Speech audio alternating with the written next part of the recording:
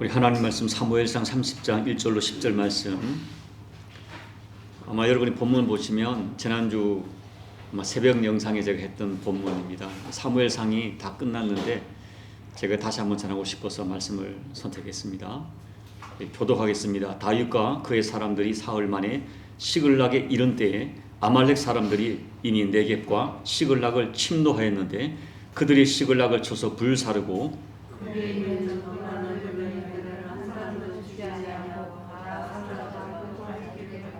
다윗과 그의 사람들이 성읍에 이르러 본즉 성읍이 불탔고 자기들의 아내와 자녀들이 사로잡혔는지라. 다윗과 그와 함께한 백성이 울 기력이 없도록 소리를 높여 울었더라. 다윗의 두 아내 이스라엘 여인 아히노암과 갈멜 사람 나발의 아내였던 아비가일도 사로잡혔더라. 백성들이 자녀들 때문에 마음이 아파서 다윗을 돌로 치자 하니 다윗이 크게 다급하였으나 그의 하나님 여호와를 힘입고 용기를 얻었더라. 다윗이 아히멜렉의 아들 제사장 아비아달에게 이르되 원하건대 에봇을 내게로 가져오라. 아비아달이 에봇을 다윗에게로 가져가매 다윗이 여호와께 묻자와 이르되 내가 이 군대를 추격하면 따라잡겠나이까 하니 여호와께서 그에게 대답하시되 그를 쫓아가라. 내가 반드시 따라잡고 도로 찾으리라. 이에 다윗과 또 그와 함께한 600명이 가서 부솔시내에 이르러 뒤떨어진 자를 거기 머물게 했으되 곧 피곤하여 10절까지 있습니다. 곧 피곤하여 부솔시내를 건너지 못하는 200명을 머물게 했고 다윗은 400명을 거느리고 쫓아가니라. 아멘. 이태원 참사 때문에 아직도 많은 분들이 마음 아파하고 있습니다. 그래서 한 주도 재난에 관한 설교를 드리는데요. 지난주 설교가 재난의 본질, 재난을 바라보는 관점을 설교했다면 오늘 말씀은 재난 당했을 때 우리가 어떻게 반응할 것인가 하는 것에 대하여 말씀을 나누고자 합니다. 제가 수년 전에 한국을 방문했던 중에 우리 집사님의 어머님이 돌아가셨다는 이야기를 듣고 병원으로 신방을 하게 되었습니다. 그런데 그날 신방은 제게 잊혀지지 않은 정말 가슴 아픈 신방이었어요. 이 집사님의 연로하신 그 부모님, 아버님과 어머님이 두 분이 온천을 가려고 그 아버님이 직접 운전해 가시다가 추락 사고를 당한 것입니다. 추락을 한 거예요. 그냥 당한 게 아니라 추락을 한 것이죠. 급히 병원으로 옮겼지만 며칠 만에 어머님은 돌아가시고 말았어요. 제가 병원으로 신방한 것은 그 아버님이 병원에 계시기 때문에 신방을 했습니다. 그때 제가 갔을 때 이미 어머니 장례는 끝난 상태였어요. 아버님도 굉장히 위중한 상태였는데 결국은 며칠 후에 돌아가셨습니다. 근데 제가 신방할 때는 살아 계셨죠. 정신도 말짱했어요.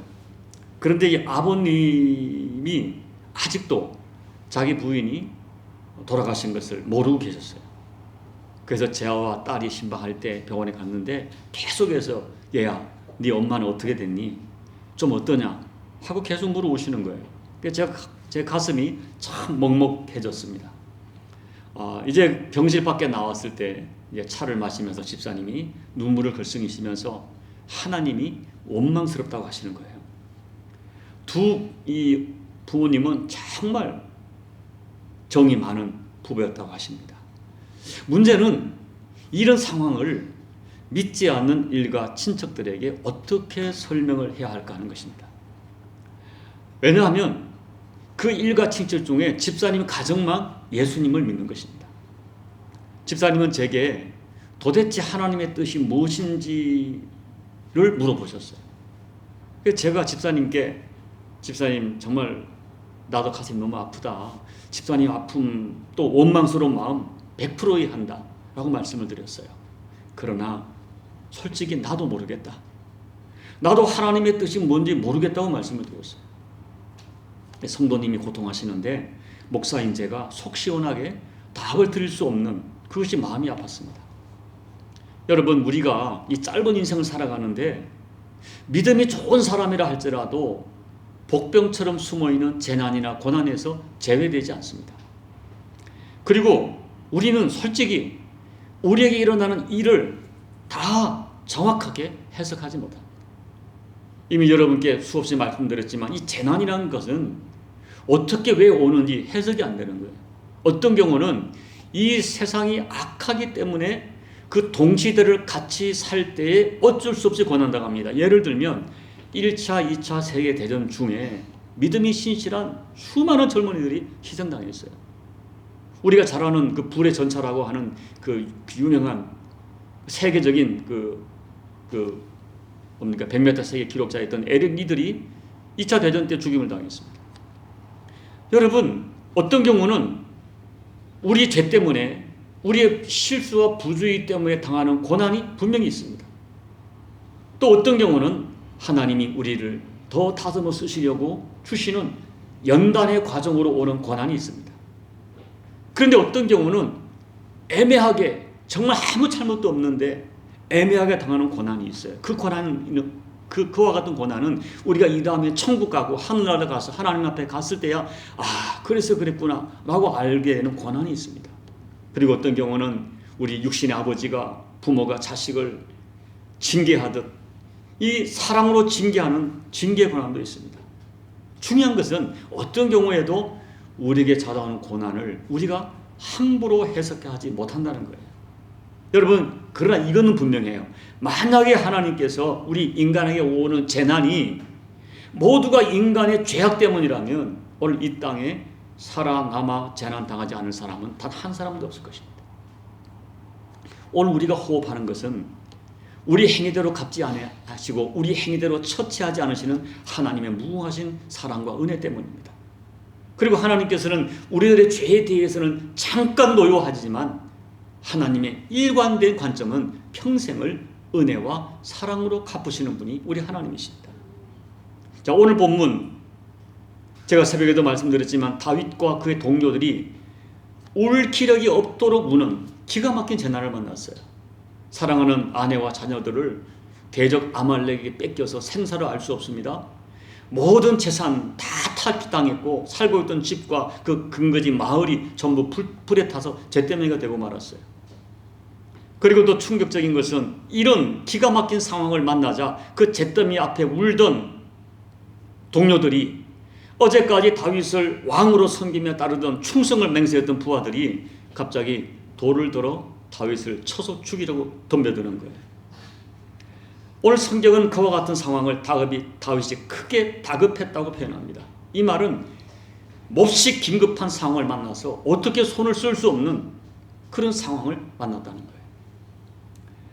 저는 오늘 저와 여러분이 이 다윗이 만난 고난의 문제를 한번 짚고 넘어갈 필요가 있어요. 왜냐하면 다윗 같은 이 믿음의 사람이 참 이 믿음을 지키려고 하나님의 기름 부어 세우셔서 이제 참 자기 믿음으로 참 살아가는 이런 사람이 왜 이렇게 울 기력이 없도록 모든 것을 다 잃어버리는 재난이 찾아오는 것인가 하는 것입니다.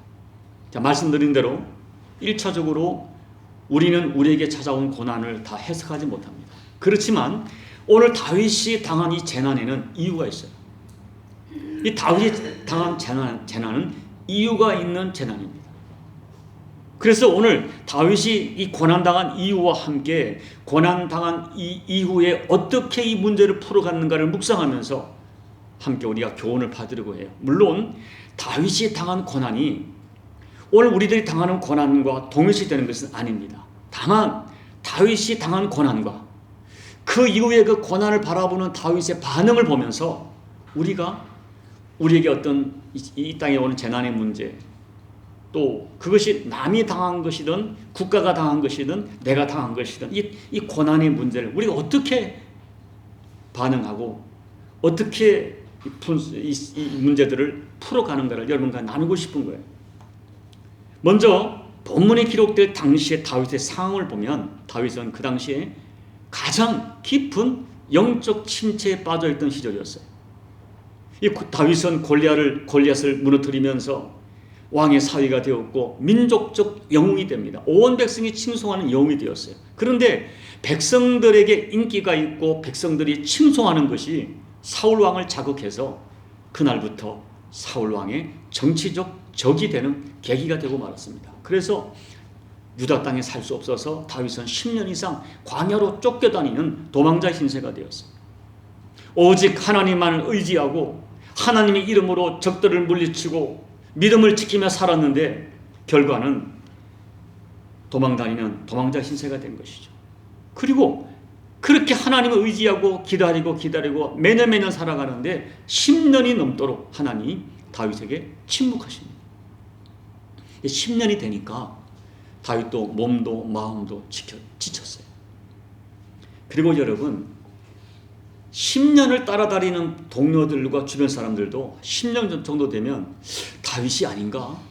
우리가 잘못 선택했는가? 이런 마음이 드는 거예요. 그러니까 다윗도 불안해지기 시작했고 초조해지고 회의와 절망에 빠지기 시작합니다.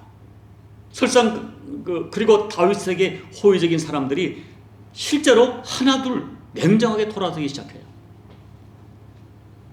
설상가상으로 다윗을 따르는 부하가 600명이었는데 그들과 그들의 가족을 먹여 살리는 문제가 이 보통 문제가 아니에요. 이것이 엄청난 부담감으로 다가오기 시작합니다. 여기서부터 다윗의 영적인 외도가 시작되었어요. 이제 못 견디겠다. 더 이상 안 되겠다. 그래서 마침내 다윗은 세상적인 방법으로 자기에게 다가온 문제를 풀려고 이 문제를 돌파하기로 작정합니다. 그래서 그가 택한 방법은 이방인의 땅 블레셋, 과거의 대적이었던 블레셋 땅에 내려가 블레셋 왕 가드에게 정치적 망명을 시도합니다. 그리고 이것이 받아들여졌어요. 그런데 이것이 다윗의 인생의 올무가 되고 기가 막힌 재난의 시발점이 될 줄은 꿈에도 몰랐습니다. 여러분, 이 성경에서 블레셋은 통상 세상을 상징하는 대표적인 지명입니다. 이 블레셋 땅은 하나님의 법이 완전히 무시되고 거짓과 편법과 육체의 문화와 세상 가치가 당연한 듯 판을 치는 현장이 블레셋입니다. 그래서 그곳에 가면 그 문화에 익숙해지면 그 세상 가치에 익숙해지면 몸은 조금 재미있고 편리할지 모르지만 그 영혼은 여지없이 황폐해지는 땅이 블레셋 땅입니다. 그래서 하나님께서는 다윗에게 아무리 어려워도 너 블레셋 가지 마라. 그 땅에 들어가지 말라고 분명히 말씀하셨어요. 그런데 다윗이 이 이스라엘 그 변방 지역, 국경 지역을 쫓겨 다니다 보니까 너무 힘들어서 그리고 그 어려운 환경이 너무 오래 계속되니까 지치고 초조하고 그리고 배고픈 현실, 이 현실을 견디다 못해 결국 블레셋 땅으로 들어갑니다. 자, 그렇다면 블레셋 땅에 들어간 다윗이 어떻게 변합니까? 첫째는 더 이상 기도하지 않습니다. 다윗은 블레셋 땅에 들어가기 전에는 매사에 하나님께 기도하는 사람이었어요. 큰 싸움을 앞두거나 전쟁을 앞두거나 어떤 결정을 하거나 어떤 도전을 만났을 때 하나님께 매사에 어린아이처럼 기도하던 사람이었습니다. 그런데 다윗이 블레셋 땅에 들어가 살았던 1년 4개월 동안 다윗은 전혀 기도하지 않습니다. 그 성경을 보면 다윗이 그 1년 4개월 동안 기도했다거나 하나님을 찾았다는 기록이 전혀 없습니다. 다만 1년 4개월 동안 다윗은 매사를 자기 생각대로 움직이는, 자기 감정대로 움직이는 그런 사람이 되었어요. 여러분, 예수 믿다가 세상에 빠지는 사람들의 첫 번째 특징은 기도를 잃어버립니다. 기도 없이 산다는 것은 여러분 굉장히 중요한 의미를 부여해요. 기도가 없다는 것은 한마디로 더 이상 나는 하나님을 의지하지 않는다. 내 능력, 내 생각을 따라 살아가겠다는 사람들의 매우 중요한 특징이 기도하지 않는 것입니다. 그러므로 여러분, 우리 인생에 기도가 사라지는 것은 굉장히 중요한 문제예요. 이것은 하나님 중심에서 자기 중심으로 옮겨지는 무서운 징조입니다. 그리고 기도가 사라지면서 영적 이탈이 시작되는 거예요. 그러다가 말할 수 없이 실패하는 것입니다. 둘째, 불의한 사람들과 서슴없이 어울리는 사람이 되었습니다. 다윗은 블레셋 사람들에게 아부하면서 생계를 유지해야 됐어요. 하나님께서 기름 부으신 하나님의 선민이고 그 선민의 왕된 다윗이 대적의 나라, 세상 나라 블레셋 왕에게 가서 목숨을 부지하려고 나는 당신의 종입니다. 내 주여 라고 블레셋 왕 아기스를 주라고 부르고 나는 당신의 종이라고 지칭합니다. 엎드립니다. 그래서 블레셋 왕에게 일정한 땅을, 시글락 땅을 할당받았어요. 여러분, 세상 것을 얻기 위해서는 세상에 아부하고 세상의 종이 되어야 했습니다. 예수 믿다가 세상으로 기울어지는 사람들의 특징은 세상의 방식을 너무 빨리 따라간다는 거예요. 그들이 먹는 대로 먹고 그들이 가는 곳에 따라가고 그들의 문화와 그들의 유행을 비슷하게 흉내내며 살아갑니다. 그러나 여러분, 이것을 꼭 아셔야 돼요. 호랑이는 고기를 먹습니다. 양은 풀을 먹습니다. 그러나 양은 고기 먹는 호랑이를 부러워하지 않습니다. 말 못하는 짐승도 자기가 먹는 삶의 양식이 따로 있음을 정확히 압니다. 셋째, 거짓말을 쉽게 하는 이중적 사람이 되고 말았습니다. 다윗은 생활이 궁핍해지면서 부하들과 함께 그 인근 지역에 있는 소수 부족의 마을을 약탈합니다. 요즘처럼 이렇게 통신이 되어 있지 않기 때문에 그냥 작은 마을 모여 사는 거예요. 그 마을 가서 소수 부족의 마을을 약탈해요.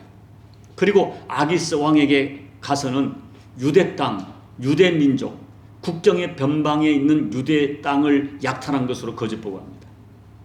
그리고 이 거짓 보고가 들통이 날까봐 약탈한 마을은 어린아이까지 모두 죽여서 입을 막는 무서운 사람이 되고 말았어요. 여러분, 이런 것은 이전에 다윗에게 전혀 상상도 못했던 변신이었어요. 세상은 우리를 정직하게 살도록 버려두지 않습니다. 거짓말을 하고 노략질을 해서라도 많이 가지는 것이 성공이라는 이 가치가 정당화되는 땅이 블레셋 땅이에요. 그런 땅에 살다 보면 처음에는 양심의 가책이겠지만은 조금씩 그 땅 사람들의 가치관에 익숙해지고 시간이 흐르면 이제는 아무런 가책도 받지 않습니다. 거짓말해도 괜찮습니다. 다윗은 1년 4개월 짧은 기간에 너무 쉽게 세상에 동화되고 말았습니다. 그렇다면 이런 생활을 통하여 다윗이 얻은 것이 무엇인가? 몇 가지가 있어요. 첫째는 모처럼 평화를 얻었어요. 쫓아오는 사울이 없습니다. 자기를 대적하는 사람들이 없습니다. 더 이상 도망다니지 않아도 됩니다. 그래서 오랜만에 한 곳에 정착해서 평안을 누리게 되었어요. 그리고 물질의 넉넉함을 얻었습니다. 약탈을 통해서 식량이 많아지고 가축이 많아지고 거할 집이 생겼습니다. 도망다니던 때와는 비교할 수 없는 부유함을 누리고 있었습니다. 그래서 가족들을 배불리 먹일 수가 있었고, 그렇게 배불리 먹으면서 좋아하는 가족들과 창고에 늘어난 재산과 우리에 들어있는 가축들을 보면서 과정이 어쨌든 간에 야, 이제 살만하다, 이게 사람 사는구나, 아마 그렇게 생각하면서 콧노래를 불렀을 거예요. 그런데 오늘 사무엘상 30장 보면은 다윗과 동료들은 그 모든 것을 하루 만에 다 잃어버렸어요. 이 다윗과 동료들이 잠시 마을을 비운 사이에 아말렉 사람들의 마을을 습격한 것입니다. 그래서 다윗 일행이 살던 집들을 모두 불태워 잿더미가 되게 했어요. 그리고 다윗과 동료들이 은근히 즐기던 재산들 하루아침에 다 날아갔어요. 그리고는 아내와 자녀들이 포로가 되어 어떻게 되는지 생사조차 알 수 없는 상황이 되었습니다. 이 모든 것이 불타고 사라진 상황 앞에 다윗과 동료들은 정말 울 기력이 없도록 울었다고 기록되어 있어요. 그리고 말씀드린 대로 충격적인 상황이 벌어진 거죠. 다윗의 동료들이, 조금 전까지 목숨을 걸고 다윗을 섬기겠다는 사람들이 모든 재산이 날아가고 자녀들의 생사가 불투명해지자 갑자기 눈이 뒤집혀서 다윗을 돌로 치려고 덤벼드는 것입니다. 아마 그날 다윗이 얼마나 충격을 받았을까요? 얼마나 놀랐을까요? 그런데 이런 충격적인 순간에 놀랍게도 다윗이 정신이 돌아온 거예요. 의지했던 것, 사랑했던 것, 모든 것이 불타버린 잿더미 위에서 다윗은 오히려 하나님께 얼굴을 들고 하나님을 붙들었습니다. 아마 이것이 다윗의 위대함 같아요. 저는 이 다윗이 그 재난의 상황 속에서 크게 두 가지를 순간적으로 깨달았던 것 같아요. 첫째, 우리가 의지하던 모든 것 언젠가는 다 없어지고 불타버릴 것 깨달았습니다. 아무리 좋은 집을 짓고 아무리 안정된 지위에 있어도 은행의 잔고에 돈이 많아도 그것이 나를 언제까지 지켜준다고 아무도 장담 못합니다. 지금 내가 건강합니다. 그러나 이 건강이 나를 얼마나 지탱해 줄지 보장 못합니다. 그리고 여러분, 나를 좋아해주고 나를 따르고 있는 사람들, 그들의 마음이 영원히 변치 않는다고 누구도 장담 못합니다. 시편 120편 보면 시편 기자가 이런 고백을 하죠. 보초를 24시간 세워서 밤을 세워 이 보초를 세워도 이 성벽이 안전하다고 보장하지 못합니다. 그것을 깨닫는 거예요. 다윗은 울 기력이 없도록 막 통곡하며 우는 상황 속에서 야, 그렇구나. 내가 지금 애착을 가지고 있는 이 모든 그 어떤 것도 언젠가는 다 불타 없어질 것, 그것을 처절하게 깨달았어요.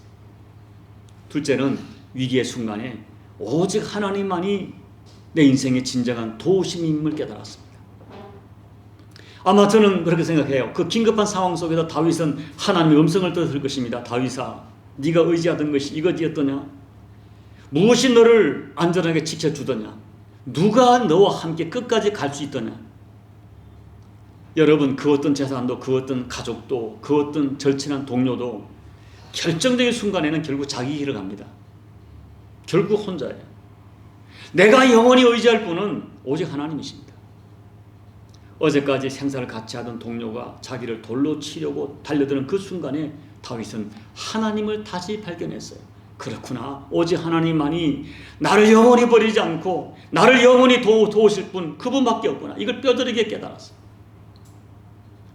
여러분, 기가 막힌 재난을 만나면 사람들은 깨닫습니다. 우리가 가진 재물, 건강, 사람, 나와 함께 영원히 같이 가지 못하는구나.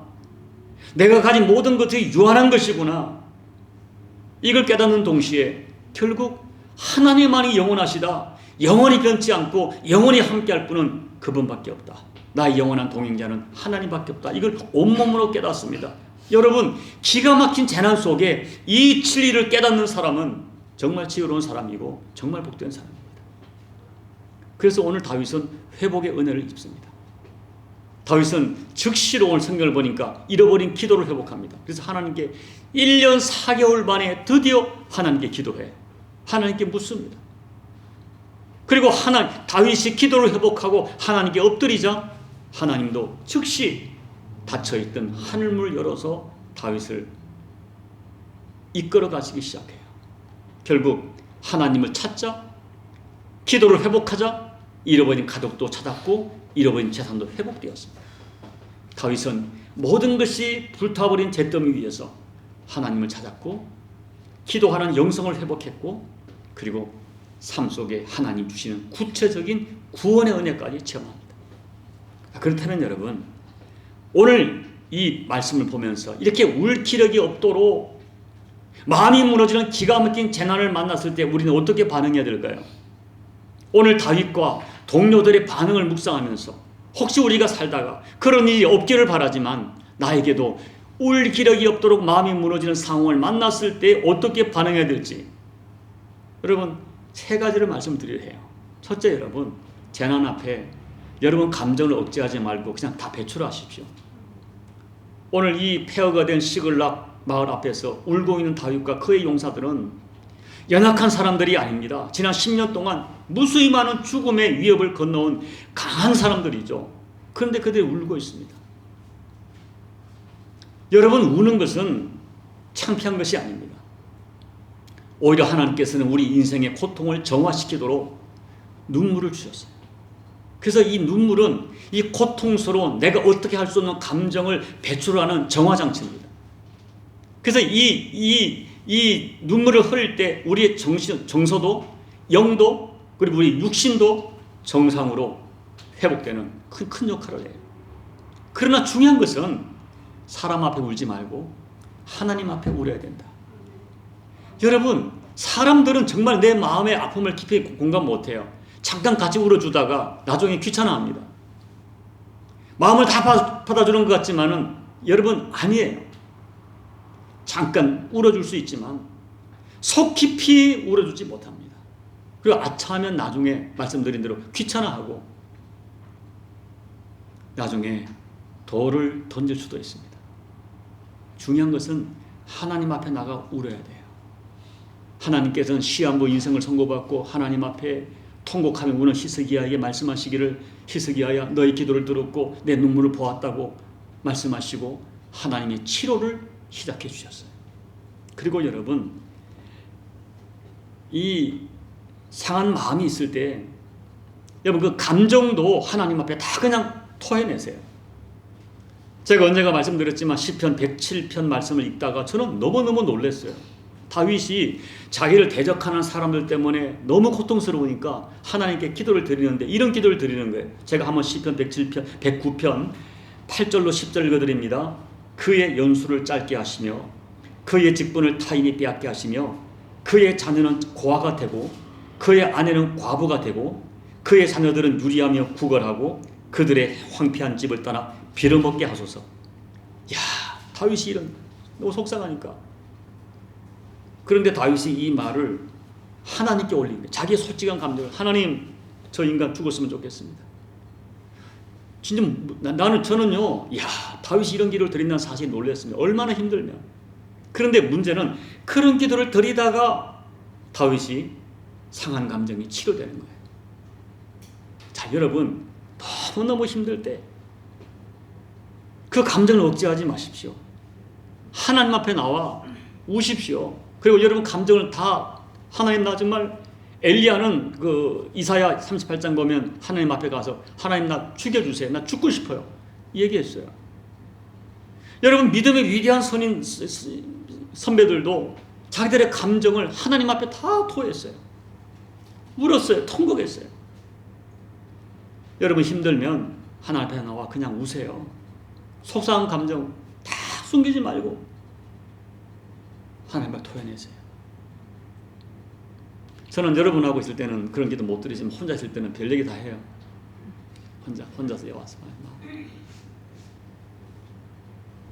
여러분 그때 하나님의 놀라운 만지심을 체험합니다. 두 번째, 재난을 만났을 때, 큰 재난을 만났을 때 제발 다른 사람에게 돌을 던지지 마세요. 다윗의 동료들은 울 기력이 없도록 울다가 이 책임은 다윗이다. 다윗 때문에 이 고난이 왔다. 다윗에게 책임을 돌리고 돌을 치자고 여론을 조성하면서 덤벼드는 거예요. 그때 다윗의 마음이 얼마나 아팠을까요? 얼마나 무너졌을까요? 얼마나 치욕적이었을까요? 제가 언젠가 제가 참 사랑하던 어느 집사님이, 지금은 장로님이시지만 그분이 운영하는 회사가 부도를 만났습니다. 이 집사님은 젊을 때부터 밤낮으로 전국을 돌면서 그 회사를 일구었어요. 그래서 회사가 나름대로 안정되고 뭐 국방부나 이런 정부기관에 납품하는 그런 회사가 되었죠. 그런데 부도를 만나서 무너진 것입니다. 그것도 같은 교회 장로님 섰다가 무너진 거예요. 그 회사를 살려고 몸부림쳤지만 결국 포기하고 주저앉아 버린 집사님을 어느 날 만났습니다. 그런데 집사님이 울면서 이런 말을 하는 거예요. 목사님, 회사가 무너진 것보다 더 마음이 힘든 것이 있는데 동생처럼 아끼던 교회 직원, 또 같은 교회 집사, 그 집사님이 자기 멱살 붙잡고 막 흔들어 댈 때 그 충격이 너무너무 커서 이 마음이 치유가 안 된다는 거예요. 어제까지는 집사님 서로 막 동생처럼 형제처럼 가처럼 지냈는데 이 회사가 부도를 막 당하고 문을 닫게 되니까 자기 막 멱살을 잡고 흔드는데 목사님, 그 충격이 너무 커서 견딜 수 없습니다 하고 우시는 모습이 기억이 나요. 재난 당했을 때 이것이 누구 책임인가를 따지고 돌을 들고 달려드는 것은 세상 사람들의 방식입니다. 남편에게 돌을 던지고 아내에게 던지고 너 때문이야, 당신 때문이야. 또 정치적으로도 막 이쪽에 저쪽에 돌을 던지는 것이죠. 여러분, 내 돈과 내 재물이 무너지면 세상 사람들은 거의 대부분 눈이 뒤집힙니다. 돌을 듭니다. 어제까지 주군으로 모시고 생사를 같이 하겠다는 다짐은 재물 앞에 아무런 힘이 없습니다. 왜 그런지 아십니까? 재물이 그들에게 가장 소중한 절대 가치이기 때문입니다. 그래서 여러분, 재난을 만나면 그 사람의 영적 수준과 그 사람의 진짜 정체가 드러나요. 내가 무엇을 의지하고 살았는가? 나에게 무엇이 인생의 절대 가치인가? 그 정체가 그대로 드러나요. 여러분, 그날 이 다윗을 돌로 들여 치료했던 사람들은 하나님의 은혜가 아니었다면 가족도 영원히 잃고 재산도 잃어버리고 신앙도 잃어버리고 인간관계 신뢰도 잃어버리고 아차하면 하나님의 사람이 더 제외되는 그런 더 큰 재난을 당할 뻔했어요. 큰 고난을 만났을 때 제발 다른 사람에게 책임을 돌리고 돌을 던져서는 안 됩니다. 그런 행동은 남아있던 하늘의 문까지 닫아버리는 행동이 하나님 기뻐하지 않으세요. 특별히 여러분, 현재 고통을 당하고 있는 사람들에게 돌을 던지지 말아야 돼요. 그곳에 왜 갔냐? 이렇게 하지 말아야 돼요. 너희들이 그런 재난을 당할 만했어. 여러분, 욥이 자기가 참 재난을 당했을 때 그 재난을 제대로 견뎠어요. 내 입술로 범죄하지 않으리라, 하나님께 범죄하지 않으리라 잘 견뎠는데 어디서 무너지는가 하면 자기를 위로하겠다고 찾아온 친구들이 며칠은 가만히 있다가 그 다음에 드디어 욥에게 돌을 던집니다. 욥, 너에게 죄가 분명히 있어. 고난은 우연히 오지 않아. 회개해. 이 돌을 던지자. 그때 견디던 그 마음이 급격히 무너지기 시작합니다. 여러분, 결론을 보시면 하나님께서 욥의 친구들을 심판하시려고 하세요. 욥이 중보하지 않았다면 욥의 친구들 하나님의 심판을 받았을 거예요. 그러나 욥이 중보하시니까 하나님이 욥의 친구들을 용서해 주셨어요. 자, 우리는 가늠한 여인을 돌로 치려던 사람들에게 주님이 너희 중에 정말 저 여인을 돌로 칠 자가 있느냐? 너희 중에 죄 없는 자가 있으면 돌로 치라는 주님의 음성을 들으면서 우리 뭡니까? 재난의 때, 고난의 때 여러분 돌을 들어 치려 하지 말아야지.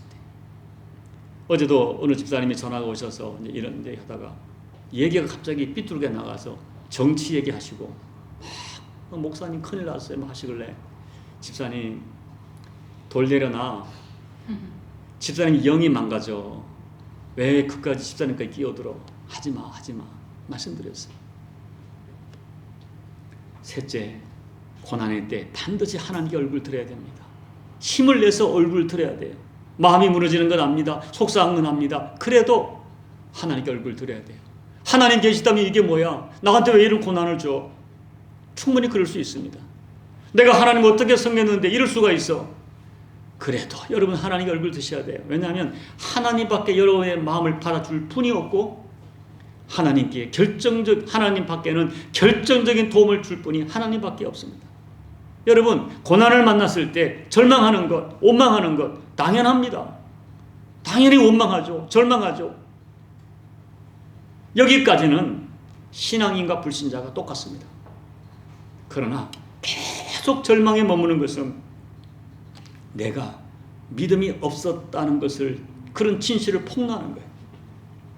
당시에 다윗을 제외한 모든 사람이 그와 같은 반응을 보였어요. 그러나 다윗은 울다가 하나님께 얼굴을 든 거예요. 울다가 하나님을 생각하고 하나님을 다시 붙들었어요. 그리고 하나님께 기도의 무릎을 꿇었어요. 그때 하나님께서 그가 만난 기가 막힌 재난을 회복시켜 주셨어요. 여러분, 우리는 어떤 고난을 만났을 때 울 수 있습니다. 원망할 수 있습니다. 그러나 그 다음 단계가 필요해요. 그래도 하나님 붙들어야 돼요. 그래도 내가 이 고난을 다 해석할 수 없고 이해는 되지 않지만 하나님은 나를 사랑하신다. 하나님은 나를 독생자 예수님을 십자가에 내어주기까지 사랑하신다. 이 믿음을 가지고 다시 하나님 붙들어야 돼요. 그러면 회복의 의미가 있습니다. 절대 절망에 울 기력이 없도록 마음이 무너질 때 그래도 하나님을 붙들 수 있는 그 사람이 진짜 지혜로운 사람이고 진짜 복된 사람이고 진짜 신앙입니다. 이제 말씀을 정리합니다. 여러분, 저는 저와 여러분에게 이 울 기력이 없도록 마음이 무너지는 재난이 없기를 소망합니다. 그러나 여러분, 혹시 그런 기가 막힌 재난을 만났다 해도 하나님만은 잃어버려서는 안 돼요. 저는 최근에 그런 기도를 가끔 드려요. 하나님, 제가 이것보다 더 수치를 당하고 더 아픔을 당한다 하더라도 내가 주님 떠나지 못하는 거 주님 아시잖아요. 그런 기도를 드려요. 여러분, 아무리 어려워도 일단 다윗처럼 블레셋 길거리에서는 안 돼. 사실은 다윗이 블레셋에 가서는 안 됐어요. 어려워도 배가 고파도 견뎠더라면 하나님이 하나님 방법으로 길을 여셨을 거예요. 그러나 블레셋에 넘어갔다가 잠시 뭔가 되는 것 같았지만 큰 재난 만났잖아요. 그러나 다윗의 위대한 점은 하나님을 회복했다는 거예요. 하나님만은 버리지 않았다는 거예요. 그래서 그 기가 막힌 재난이 하나님의 살아계심을 체험하는 기회가 된 것입니다. 여러분, 하나님은 때로는 재난을 통하여 우리의 영혼을 정화시키세요. 그리고 우리의 신앙을 회복하세요. 그리고 우리 인생에 절대 의지할 분이 하나님밖에 없다는 것을 다시 우리를 하여금 고백하고 깨닫게 하세요. 그리고 하나님 붙들게 하시고 그 다음에 우리가 잃어버린 것 회복하게 하십니다. 오늘 혹시 우리가 만나게 되는 그 어떤 인생의 잿더미 속에서도 다윗에게처럼 우리를 반드시 회복하시는 하나님의 놀라운 사랑과 은혜가 저와 여러분에게 꼭 허락되는 은총이 되시기를 예수님 이름으로 축복합니다. 아멘. 오늘 말씀을 생각하면서 기도를 드립니다. 여러분, 우리는 재난의 문제를 다 해석하지 못합니다. 그러나 다윗이 만난 재난은 이유가 있고 원인이 있는 재난이었어요. 근데 이 재난이 너무 커서 모든 걸 다 잃어버렸지만 그때 두 가지 반응, 서로 원망하고 돌을 드는 사람이 있는가 하면 그 절대 위기 속에 드디어 하나님께 고개를 들고 얼굴을 드는, 내가 너무 힘들지만 다 이해할 수 없지만은 하나님 살아계십니다.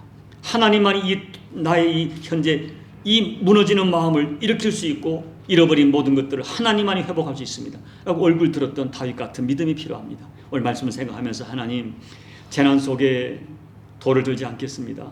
오히려 재난 당한 자를 위로하겠습니다. 그리고 하나님, 나 역시 하나님 이 세상의 사악함 속에 예외가 없기 때문에 언제 고난 당할 수 있지만 아버지, 내가 재산을 잃어버리고 사람을 잃어버려도 하나님만큼 잃어버리지 않겠습니다. 끝까지 주님 붙들겠습니다. 오늘 말씀 생각하면서 우리 함께 기도하며 나가시겠습니다. 아버지 하나님, 고맙고 감사합니다. 오늘도 귀한 말씀을 통해 다시 한번 저희가 하나님 앞에 아버지 하나님 깨닫게 되심을 감사합니다. 아버지, 오늘 다윗이 만난 재난 같은 재난이 우리 가운데 없기를 소망하지만 혹시 내가 감당할 수 없는 어려움을 만났다 할지라도 하나님만큼은 또 잃어버리지 않게 도와주시고 하나님을 끝까지 붙들다가 살아계신 하나님, 간절히 찾고 찾는 자를 만날 때 하나님을 영으로 경험하고 몸으로 경험하고 삶으로 경험할 수 있도록 아버지 은혜 베풀어 주시옵소서. 아버지, 서로에게 돌을 던지지 않게 도와주시고 하나님만을 붙들고 살아가는 저희가 될 수 있도록 아버지 도와주십시오. 은혜 베풀어 주십시오. 아버지 하나님, 간절히 소망합니다. 정말 소망합니다. 우리 교우들 아버지 꼭 붙들어 주셔서 이와 같은 기가 막힌 재난 당하지 않도록 지켜주시고 아버지 은혜 베풀어 주시고 혹시 우리에게 크고 작은 고난이 있다 할지라도 그 고난 때문에 그들의 인생과 신앙이 무너지지 않도록 아버지 꼭 붙들어 주시고 고난과 비교할 수 없는 아버지의 사랑을 체험하는 저희가 될 수 있도록 아버지 은혜 베풀어 주십시오. 은혜 베풀어 주십시오. 아버지 하나님, 아버지 짧은 인생을 살아가는데 왜 이렇게 우여곡절이 많고 때로는 우리의 생명을 위협하는 고난이 찾아오기도 합니다. 하나님, 먼저는 우리 교우들에게 이런 고난이 없기를, 이런 재난이 없기를 소망합니다. 하나님 아버지, 그러나 혹시 크고 작은 재난이 찾아왔을 때 그 재난 자체만 바라보고 재난 자체만 주목하다가 마음이 완전히 무너져 아버지 돌을 들고 또 인생을 포기하고 그런 어리석은 자 되지 않게 도와주시고 어떤 재난과 고난 속에서도 하나님은 살아계시다. 하나님은 나를 사랑하시되 당신의 목숨을 줄 정도로 사랑하신다는 믿음을 가지고 아버지 고개를 들어 하나님 바라보고 하나님 붙들다가 살아계신 하나님, 간절히 찾고 찾는 자를 반드시 만나주신 하나님을 우리가 영으로 경험하고 우리 몸으로 경험하고 삶으로 경험하는 우리 복된 은혜가 우리 모두에 허락되도록 축복해 주시옵소서. 예수님 이름으로 감사하며 기도하옵나이다. 아멘.